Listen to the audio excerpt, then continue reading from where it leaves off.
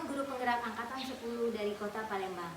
Kali ini saya tidak sendiri, saya ditemani oleh rekan saya, Ibu Agus Trianti, Sarjana Pendidikan. Beliau adalah guru kelas 4 di SD Negeri 230 Kota Palembang. Saya biasa memanggilnya dengan panggilan Ibu Tia. Assalamualaikum Ibu Tia. Waalaikumsalam warahmatullahi wabarakatuh. Bagaimana kabarnya Ibu hari ini? Alhamdulillah kabar saya sangat baik. Ya, alhamdulillah ya Ibu. Nah Ibu, hari ini kita akan adakan percakapan pra-observasi. Nanti saya akan amati jalannya proses pembelajaran yang dilakukan di dalam kelas, atau sebelum saya melakukan proses supervisi kelas. Adapun tujuan dilakukannya supervisi adalah untuk mengetahui dan juga mengevaluasi jalannya proses pembelajaran yang Ibu lakukan. Baik. Dan kenapa kita hari ini melakukan pra-observasi sebagai persiapan awal sebelum nanti Ibu melakukan kegiatan pembelajaran agar lebih siap dan lebih percaya diri sehingga memberikan pembelajaran yang terbaik dan bermakna bagi murid Ibu. Begitu ya Bu? Ya, baik. Nah Ibu, ada beberapa pertanyaan Bu yang akan saya sampaikan kepada Ibu ya. Yang pertama berkaitan dengan tujuan. Kira-kira apa tujuan pembelajaran yang ingin Ibu capai? Baik, jadi dalam proses pembelajaran nanti saya mengambil pelajaran IPAS di mana bab 1 yaitu fotosintesis. Tujuan pembelajarannya itu ada 3. Yang pertama, diharapkan murid dapat memahami proses terjadinya fotosintesis pada tumbuhan. Untuk yang kedua adalah siswa dapat mengaitkan proses fotosintesis yang terjadi pada tumbuhan kepada kehidupan sehari-hari. Kemudian yang ketiga adalah setelah siswa memahami, siswa dapat praktek melakukan proses fotosintesis menggunakan daun segar yang bisa diambil dari sekitar sekolah. Baik Ibu, jadi ada 3 ya Bu Tia tujuan pembelajaran yang ingin Ibu capai. Nah, bagaimana dengan area pengembangan yang ingin Ibu capai atau yang ingin Ibu lakukan observasi? Area pengembangan yang akan saya lakukan atau yang ingin saya capai adalah tentang kognitif siswa, yang mana siswa harus memahami proses pembelajaran menggunakan pembelajaran diferensiasi, yang mana sudah saya lakukan di asesmen diagnostik di awal untuk menentukan gaya belajar siswa. Kemudian setelah membentuk kelompok kecil sesuai gaya belajar, nanti siswa akan melakukan praktek dan LKPD, di mana diharapkan keaktifan siswa dalam mengerjakan proses kerjasama, penguasaan kelas bisa dipersiapkan. Oke, baik Ibu. Jadi area pengembangannya adalah aspek pengetahuan dan keterampilan pada siswa ya Bu. Ya. Nah, saya ingin tahu Bu, bagaimana pembelajaran yang ingin Ibu terapkan di dalam kelas, mungkin dari segi strategi pembelajaran ya, model pembelajaran ataupun dari metode pembelajarannya. Baik, kalau strateginya adalah saya akan menggunakan pembelajaran yang kreatif, memasukkan unsur-unsur KSE yang sudah kita pelajari pada modul dan berdiferensi dalam cara pembelajaran. Kemudian model yang saya gunakan adalah model PBL, problem based learning, di mana siswa akan saya berikan pertanyaan pemantik, kemudian saya beri masalah, kemudian siswa memahami soal dan bisa mengerjakannya. Jadi PBL Bu ya. Untuk metodenya Ibu? Metodenya adalah menggunakan pembelajaran yang seru, di mana siswa akan melakukan praktik dan juga mengerjakan LKPD yang sudah Baik Ibu, jadi rencana yang akan diterapkan di kelas nanti menggunakan strategi pembelajaran berdiferensiasi yang diintegrasikan dengan KST ya, menggunakan model pembelajaran problem based learning atau PBL dan juga dengan metode kreatif ya tadi ya, terus kemudian penugasan LKPD ya Bu ya. Betul. Oke. Nah Ibu, bagaimana dengan media pembelajaran? Media pembelajaran yang saya gunakan tentunya LKPD yang sudah saya siapkan, kemudian buku ajar. Kemudian yang paling menarik perhatian siswa adalah nanti siswa saat mempraktekkan dia mengambil sebuah daun segar yang mereka cari sendiri di sekitar sekolah. Baik Ibu, kira-kira kapan nih Ibu Tia akan melakukan kegiatan pembelajaran tersebut, di hari apa dan jam berapa? Baik, IPAS itu ada di jadwal di hari Jumat. Kebetulan saya mengajar siang, jadi saya akan membajar di jam 1 dan jam 2. Baik Ibu, jadi Ibu akan melaksanakan pada hari Jumat pada jam 1 dan kedua. Nah Ibu, saya akan datang ke kelas Ibu, saya akan melakukan supervisi kelas, saya akan melihat dan juga mencatat hal-hal apa saja yang terjadi di dalam kelas Ibu ya. Nah Ibu, nanti setelah Ibu lakukan kegiatan observasi atau pembelajaran di dalam kelas, kita mengadakan percakapan pasca terakhir ya Bu, yaitu percakapan pasca observasi yang nanti akan didampingi juga oleh pengajar praktik Ibu ya. Nah, sebelum kita akhiri, kira-kira apa yang Ibu dapatkan dari hasil percakapan kita hari ini Ibu Tia? Jadi yang saya dapatkan adalah bagaimana kita menyusun strategi rencana pembelajaran yang menarik dan kreatif sehingga tujuan pembelajaran pada murid dapat tercapai secara optimal. Iya, baik Ibu, terima kasih Ibu atas kesediaan waktunya dan sudah bersedia berbincang-bincang dengan saya di percakapan pra-observasi ini. Sampai bertemu di kegiatan observasi di kelas Ibu ya pada hari Jumat ya Bu ya. Demikian Ibu percakapan kita hari ini, sampai bertemu di kegiatan observasi di kelas dan juga percakapan pasca observasi. Wassalamualaikum warahmatullahi wabarakatuh. Waalaikumsalam warahmatullahi wabarakatuh. Terima kasih Ibu Tia. Sama-sama Bu Ratu. Oke, assalamualaikum warahmatullahi wabarakatuh.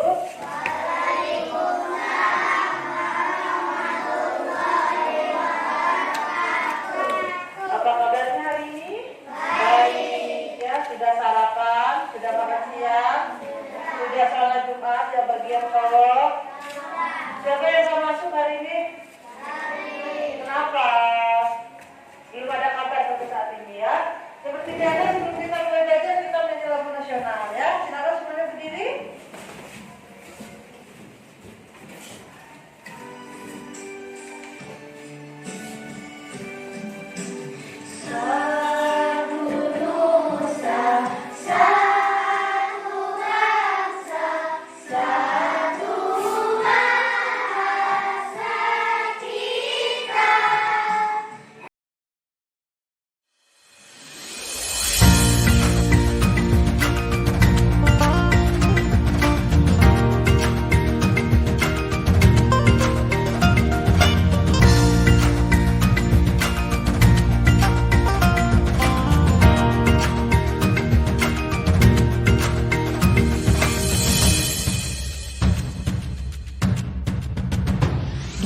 Berbagai penjuru Nusantara, pendidik mulia terpanggil jiwanya,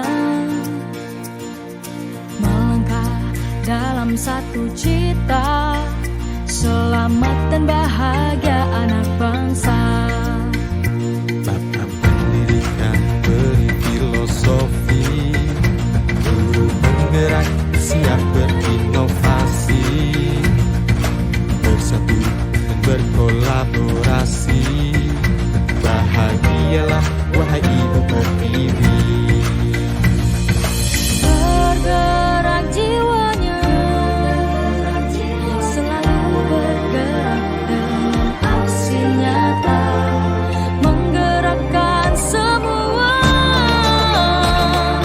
mewujudkan generasi emas.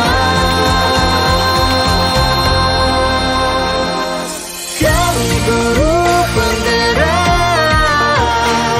kita akan menghamba para anak Indonesia, mewujudkan semua generasi emas untuk bangsa Indonesia. Kami guru penggerak,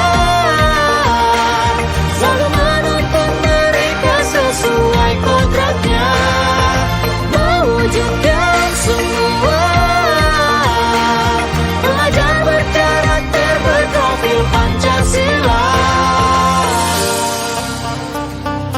Guru penggerak adalah pemimpin pembelajaran yang mendorong tumbuh kembang murid secara holistik, aktif, dan proaktif dalam mengembangkan pendidik lainnya untuk mengimplementasikan pembelajaran yang berpusat kepada murid serta menjadi teladan dan agen transformasi ekosistem pendidikan untuk mewujudkan profil pelajar Pancasila. Guru penggerak membawa perubahan. Guru penggerak majukan pendidikan. Guru penggerak tergerak, bergerak, menggerakkan. Tergerak jiwanya, Selalu bergerak dengan aksi nyata, menggerakkan semua, mewujudkan generasi emas. kami guru penggerak,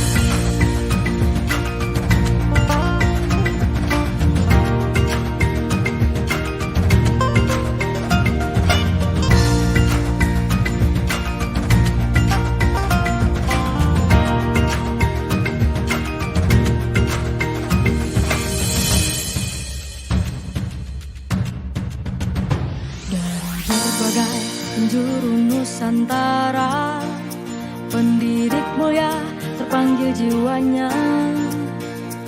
Assalamualaikum warahmatullahi wabarakatuh. Berjumpa kembali bersama saya Ratna Dewi, calon guru penggerak angkatan 10 dari SD Negeri 230 Kota Palembang di sesi percakapan pasca observasi.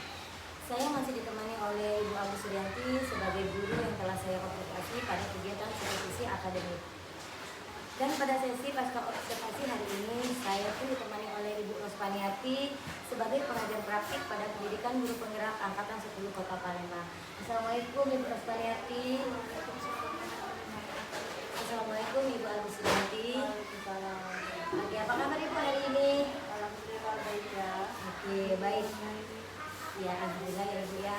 Nah, baik, di sesi percakapan observasi hari ini saya akan memberikan pertanyaan-pertanyaan kepada Ibu Agus Suryanti ya terkait dengan jalannya proses observasi kelas yang sudah Ibu lakukan dengan tujuan untuk mengevaluasi sejauh mana proses pembelajaran yang sudah Ibu lakukan. Nah, Ibu Agus Suryanti, untuk pertanyaan pertama, bagaimana Ibu perasaan Ibu terkait jalannya kegiatan observasi kelas yang telah berlangsung Bu? Ya, karena ini adalah observasi pertama yang kita lakukan dalam selama proses CDP ya, pendidikan guru penggerak. Jadi saya rasakan pertama itu adalah ada perasaan berat, tapi setelah dijalani sudah biasa aja, santai dan rasanya. Oke, alhamdulillah Bu ya. Bisa diceritakan kembali Ibu area pengembangan yang Ibu lakukan di dalam kelas serta langkah-langkah atau tahapan-tahapan pembelajaran apa yang sudah Ibu lakukan di dalam kelas? Jadi sebelum melakukan observasi, itu yang pertama yang sudah biasa kita lakukan adalah menentukan rancangan pembelajaran. Kita sesuaikan dengan pembelajaran dan tentunya sesuai dengan waktu belajarnya. Kemudian setelah itu, area pengembangan yang saya capai adalah memang dari konsistensi itu sendiri. Iya. Terutama dengan beberapa gaya belajar anak yang mana kita harus bisa mencapai semua tujuan pembelajaran walaupun gaya belajar anak dulu. Baik, Bu. Jadi area pengembangannya tujuan, terus gaya belajar anak ya sesuai dengan RPP yang telah dibuat ya, baik Ibu. Nah, alhamdulillah Bu ya sudah berjalan dengan baik. Jadi area pengembangan berkaitan dengan pengetahuan, keterampilan.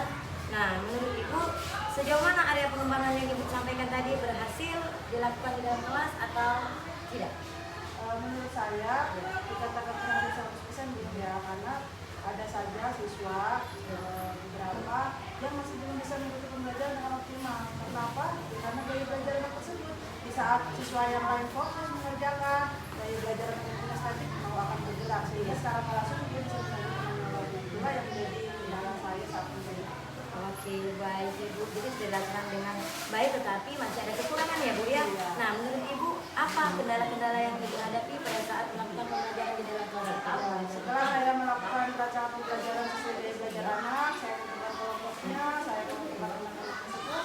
Menurut saya karena jumlah siswa terlalu banyak ya, ada sekitar 30 siswa. Jadi saya saat membentuk kelompok menjadi 3, itu terlalu banyak satu kelompoknya. 30 dibagi 3, 10 anak. Nah, itu menurut saya kurang efektif. Masih ada aja siswa yang kurang aktif itu, jadi tidak berperan aktif dalam pengerjaan KPD-nya. Oke, baik Bu. Jadi ada beberapa siswa yang tidak terlibat ya atau kurang aktif dan mungkin hanya mengandalkan teman Bu ya di dalam kelompoknya. Oke. Nah, Ibu, mengapa hal itu bisa terjadi Bu? Kenapa mereka kurang aktif atau tidak mau ikut terlibat dalam diskusi? Karena dari anaknya sendiri ya, karakternya, gaya belajarnya, jadi dimana saat ada dia merasa satu kelompoknya ada teman aku ini pintarnya, aku udah mau ngerjain, jadi dia lebih ke mandalin temennya yang lebih pintar. Nah, seperti itu. Jadi dia menyepelekan tanggung jawab dia dalam bekerja kelompok itu. Oke, baik Ibu. Gimana nih rencana Ibu ke depan? Proses pembelajaran ke depan dan apa yang akan Ibu lakukan?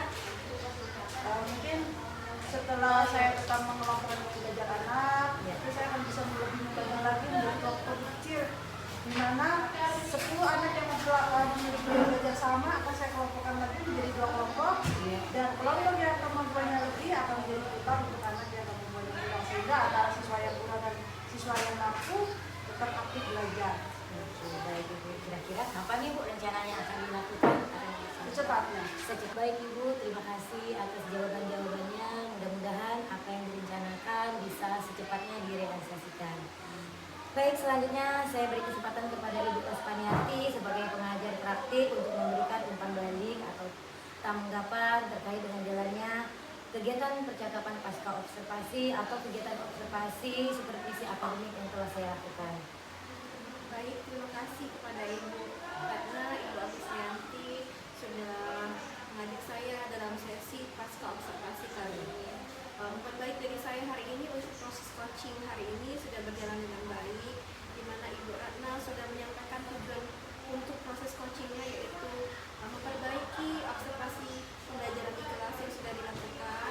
Kemudian Ibu Ratna sudah menyatakan beberapa pertanyaan yang mengungkapkan bagaimana Ibu Agusrianti bisa menemukan solusi secara langsung apa kendala-kendala yang dihadapinya. Jadi di sana Ibu Agusrianti sudah mengungkapkan kendala-kendalanya, kemudian Ibu Ratna juga sudah mengumpan balik juga memancing bagaimana Ibu Agusrianti untuk mencari solusi yang terbaik atas kendala yang dilakukan yang terlaksana di saat observasi di kelas, sehingga Ibu Agusrianti kedepannya akan menerapkan pembelajaran yang dari solusi itu, seperti tadi katanya kendala yang pertama tadi karena kelompoknya terlalu besar, sehingga kedepannya Ibu Agusrianti akan membagi kelompok besar itu dalam kelompok-kelompok kecil.